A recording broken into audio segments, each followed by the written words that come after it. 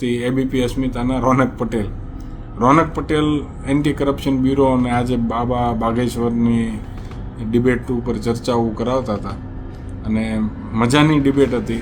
પણ સાથે સાથે થોડી વાર થઈ ને એટલે એન્ટી કરપ્શન બ્યુરોની અંદર ભ્રષ્ટાચારી અધિકારીઓને તો કહે ને ગાળી કરી નાખે રોનકભાઈ.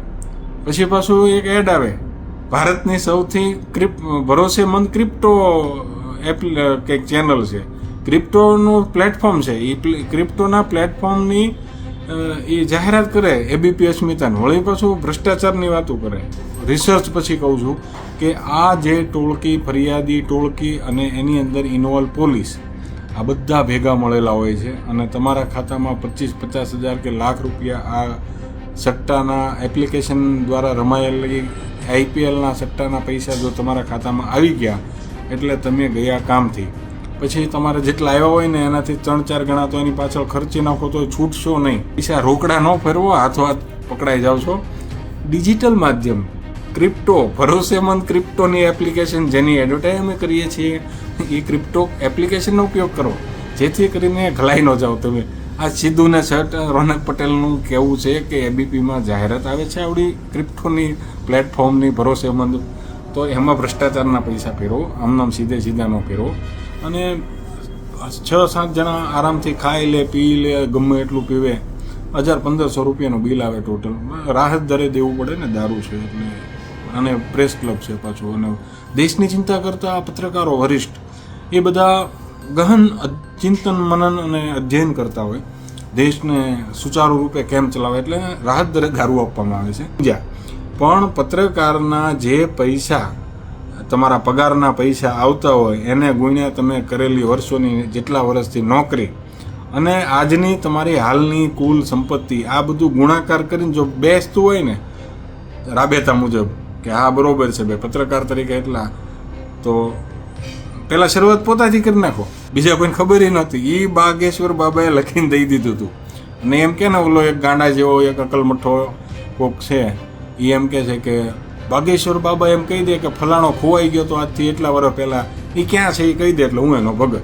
હવે એવા તો એ અમુક વસ્તુ કહી દે ને કે આ કોનું બી છે તોય ડખા થઈ જાય. એટલે શું છે ને, પૂછવાનું એટલું જ પૂછજો ને, બીજું એ પાછું પાનું બાબા વગર પૂછે જો ખોલી દીધું ને તો કઈ બાજુ જવું ને એ નક્કી નહીં થાય. એટલે એ ઓલી મહિલા પત્રકારનો વિડીયો કંઈક યુટ્યુબમાં હોય તો જોઈ લેજો અને પછી જ જાજો. અને ગુજરાતના એકમાત્ર નાથને તો ખાસ મોકલવાની, એટલે શું છે કે એને ખબર પડે, પણ અમુક વસ્તુ એ કઈ ન દે, ધ્યાન રાખજો. અશ્વિન સાકરસેરિયા, પાટીદાર આગેવાન, દિલ્હીમાં રહેતા વ્યક્તિ, એમણે એક સોશિયલ મીડિયા ઉપર પોતાની વાત મૂકી. વાત સાયબર ફ્રોડને લઈને, પણ વાત કરતા કરતા તેઓ ગુજરાતના એબીપી અસ્મિતાના એડિટર રોનક પટેલને તેમણે નિશાન બનાવ્યું. એ સિવાય બાબા બાગેશ્વર જે પંડિત ધીરેન્દ્ર શાસ્ત્રી છે એમના સમર્થનમાં પણ તેઓ આવ્યા. સાથે પત્રકારો કઈ રીતે દારૂ પીવે છે સસ્તામાં એની વાત પણ કરી. નમસ્કાર, હું છું ચિંતામણી પુતનીલ પટેલ. સ્વાગત છે આપનો આ કાર્યક્રમમાં. આવો સાંભળીએ અશ્વિન સાકરસેરિયા શું કહી રહ્યા છે, રોનક પટેલને તેઓ કેમ નિશાન બનાવી રહ્યા છે, પત્રકારોથી તેમને શું ચીડ છે, અને બાબા બાગેશ્વરને લઈને તેઓ એમના વિરોધીઓને શું કહી રહ્યા છે.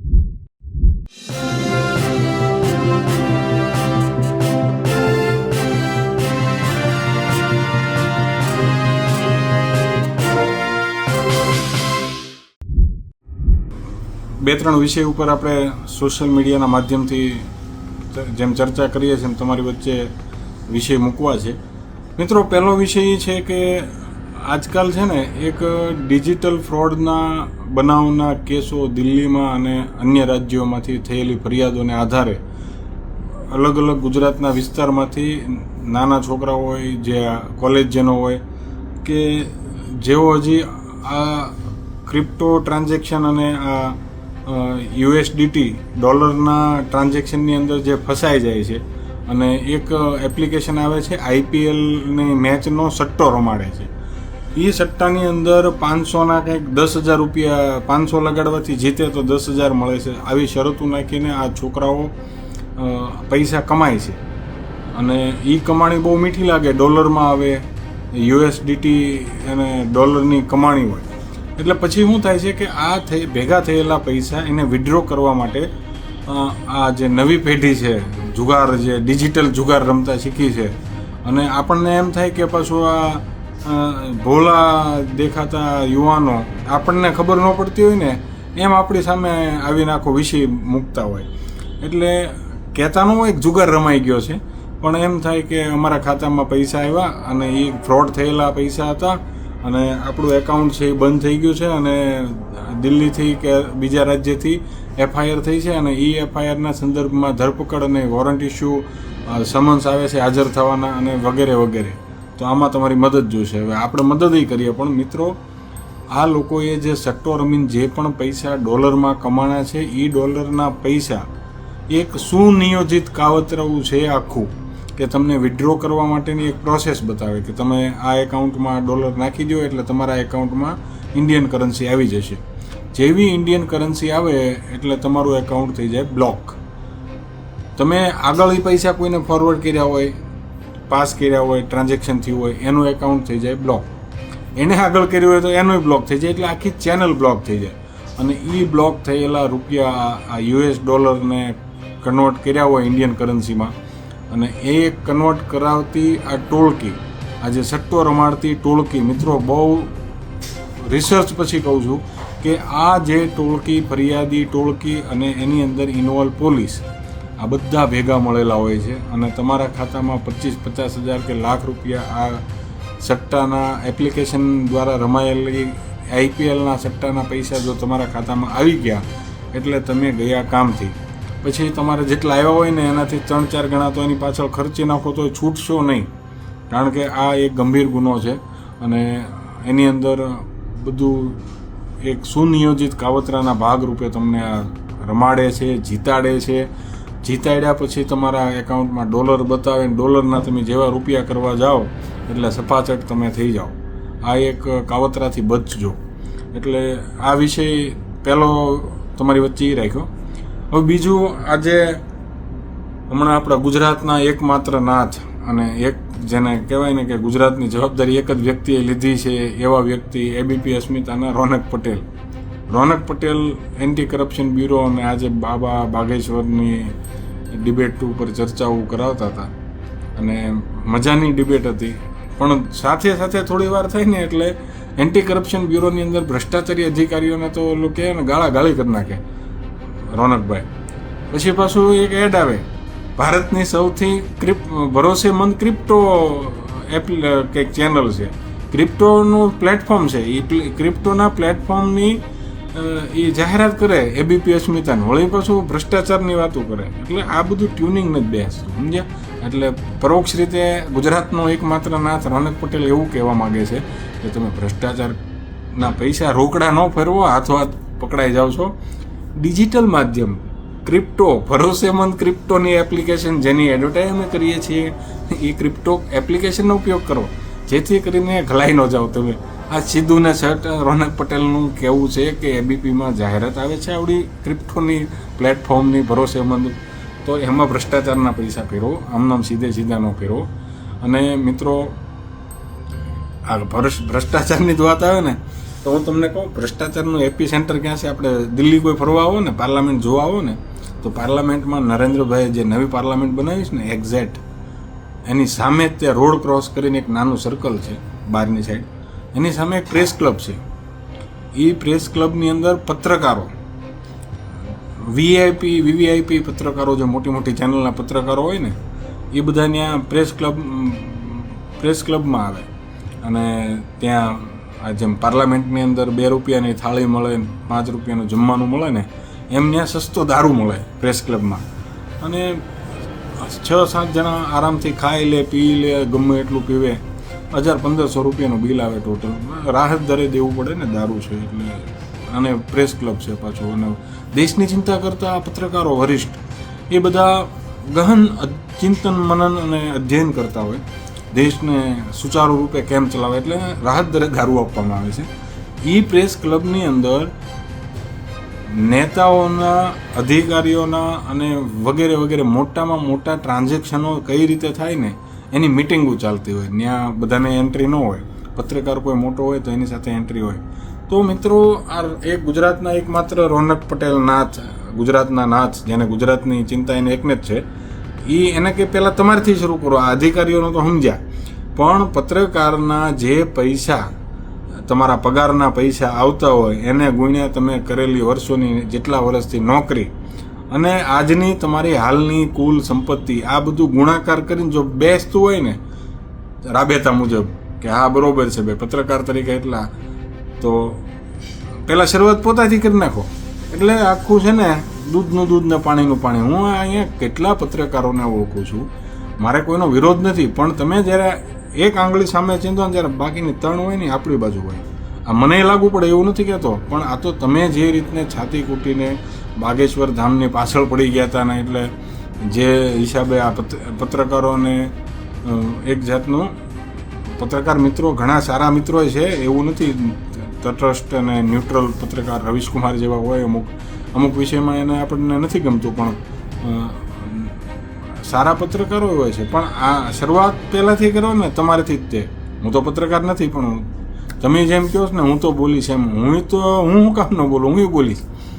તો શરૂઆત ત્યાંથી કરો, કારણ કે અધિકારીઓને અને આ આખી ચેનલને રગે રગથી જાણતો હોય એ પત્રકાર, અને એ વિષયને દબાવવા માટે થઈને કેટલો ચાર્જ, કેટલા વિષયનો કયાનો લેવાનો છે એ બધાને ખબર છે. હવે સુરતની જે સોલાર કંપનીઓએ આજે જે ઓલા ચૌધરી સાહેબને, એનું નામ અશ્વિનભાઈ ચૌધરી હતું, નામ હતું ચૌધરી સાહેબ છે, મારું ભળતું નામ હોય એટલે મારી ઉપર કંઈ ન ઓલું કરતા, પણ કહેવાનો મતલબ એ છે કે સુરતની બધી જ એ મોટી મોટી કંપનીઓ જે સોલારની પેનલો ચાઇનાથી લાવી છે એ બધાને ઓળખે છે, બધા પત્રકારો ઓળખે છે, વ્યક્તિગત ઓળખે છે, બધાના ફામે પાર્ટીઓ કરતા હોય છે, મોટા મોટા ઉદ્યોગપતિઓના ફામે બધાને પોતપોતાના પેકેજ જેવી જેની કાબલિયત એમ મળતા હોય, બધી ખબર છે. પણ ત્યાં ભાગબટાઈમાં જેમ ઓલા ભાઈએ કીધું ને, કોંગ્રેસવાળા ભાઈ, કે આ ડખો બધો બારો પડે છે, આ વહેંચણી જો હરખી ન થઈ હોય ને ત્યાં આ લોકોનું બધું ભાંડો ફૂટે છે. અને જેટલા કેસ બને છે ને, જેટલા પકડાય છે એ વહેંચણીના ભાંડાફોડમાં પકડાય છે. બાકી બધાને ખબર છે ગંગા ક્યાંથી નીકળે છે અને ક્યાં જઈને ભળે છે. કલકત્તા કહેવાય ને, ગૌમુખી ગંગા જે હિમાલયમાંથી નીકળી અને બાંગ્લાદેશની બોર્ડરે કલકત્તા ભળી જાય છે, એ બધાને બધી ખબર જ છે. એટલે એમાં બહુ વધારે પડતું ઓલું દોઢું ન થવું. પણ છેલ્લે આ ધાર્મિક લાગણીઓ દુભાય એવા નિવેદનો કરતા હતા ને, એટલે આપણે ન છૂટકે કહેવું પડે ભાઈ, બાગેશ્વર બાબાની સામે, ધીરેન્દ્ર શાસ્ત્રીની સામે સારા સારા પત્રકારોએ ભૂતકાળમાં પ્રયાસો કરી લીધા છે. અને એક મહિલા પત્રકાર પણ આવી ગયા હતા, ચતુર હતા બહુ વધારે પડતા, એનું તો બધું લખીને દેવું પડ્યું હતું, જે એને જ ખબર હતી, બીજા કોઈને ખબર નહોતી. એ બાગેશ્વર બાબાએ લખીને દઈ દીધું હતું. અને એમ કે ને ઓલો એક ગાંડા જેવો એક અકલમઠ્ઠો કોક છે, એ એમ કે છે કે બાગેશ્વર બાબા એમ કહી દે કે ફલાણો ખોવાઈ ગયો તો આજથી એટલા વર્ષ પહેલાં, એ ક્યાં છે એ કહી દે એટલે હું એનો ભગત. હવે એવા તો એ અમુક વસ્તુ કહી દે ને કે આ કોનું બી છે તોય ડખા થઈ જાય. એટલે જે ધાર્મિક લાગણીઓને જેટલી મર્યાદામાં રહીને તમે હળી કરો ને એ બરાબર છે, વધારે પડતી ન કરવી. કારણ કે ન્યાય છે ને, જો આપણે હું અંધભક્તય નથી, પણ આ બધું જે સનાતન સંસ્કૃતિને બચાવવા માટે જે પણ મજબૂત પિલર છે ને એની સાથે રહેવું પડે. અને એને આવા રેશનાલિસ્ટો, આવા અંધશ્રદ્ધાની ટીમ થતું હોય ને કરજો, આમાં ન જતા. અને જાઓ તો એ તે બધું છે ને પૂછવાનું એટલું જ પૂછજો, નકર બીજું એ પાછું પાનું બાબા વગર પૂછે જો ખોલી દીધું ને તો કઈ બાજુ જવું નહીં નક્કી નહીં થાય. એટલે એ ઓલી મહિલા પત્રકારનો વિડીયો કંઈક યુટ્યુબમાં હોય તો જોઈ લેજો અને પછી જ જાજો.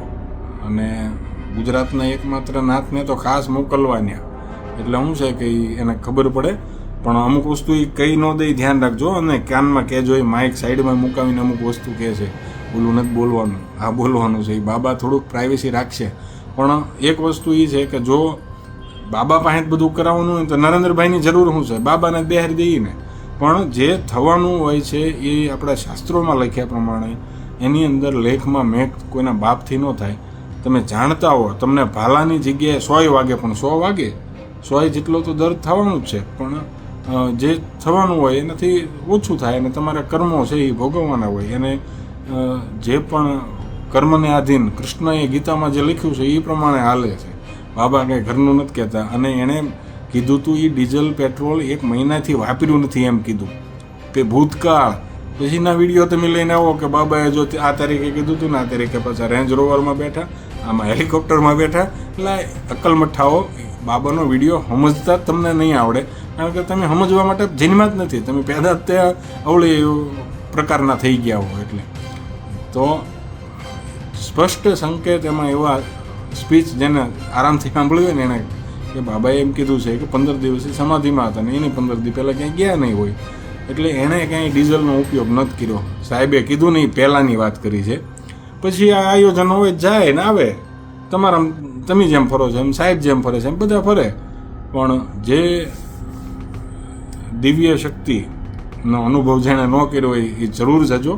હું અંધશ્રદ્ધા ફેલાવવાના મતમાં નથી, પણ જે વાસ્તવિકતા સહન કરી શકોની કેપેસિટી હોય ને જેનામાં, વળી પાછું જાહેરમાં બધું ખુલ્લું થઈ જાય અને સરનામા ફેર થઈ જાય એવું બધું પાછું ન થાય, એ ધ્યાન રાખીને જજો. જય જય ગરવી ગુજરાત, જય ભારત. જે રીતે અશ્વિન સાકર સેરિયા પોતાની વાત મૂકી છે તેને લઈને આપ શું વિચારો છો જરૂરથી અમારા કોમેન્ટ બોક્સમાં કોમેન્ટ કરજો. એ સિવાય અમારી યુટ્યુબ ચેનલ લાઈક કરો, સબસ્ક્રાઇબ કરો, બેલ આઇકન દબાવો. સાથે અમારી વેબસાઇટ છે www.gujaratpress.in, ત્યાં પણ જઈને તમે વધુ અપડેટ થઈ શકો છો. ત્યારે માટે બસ આટલું જ. નમસ્કાર.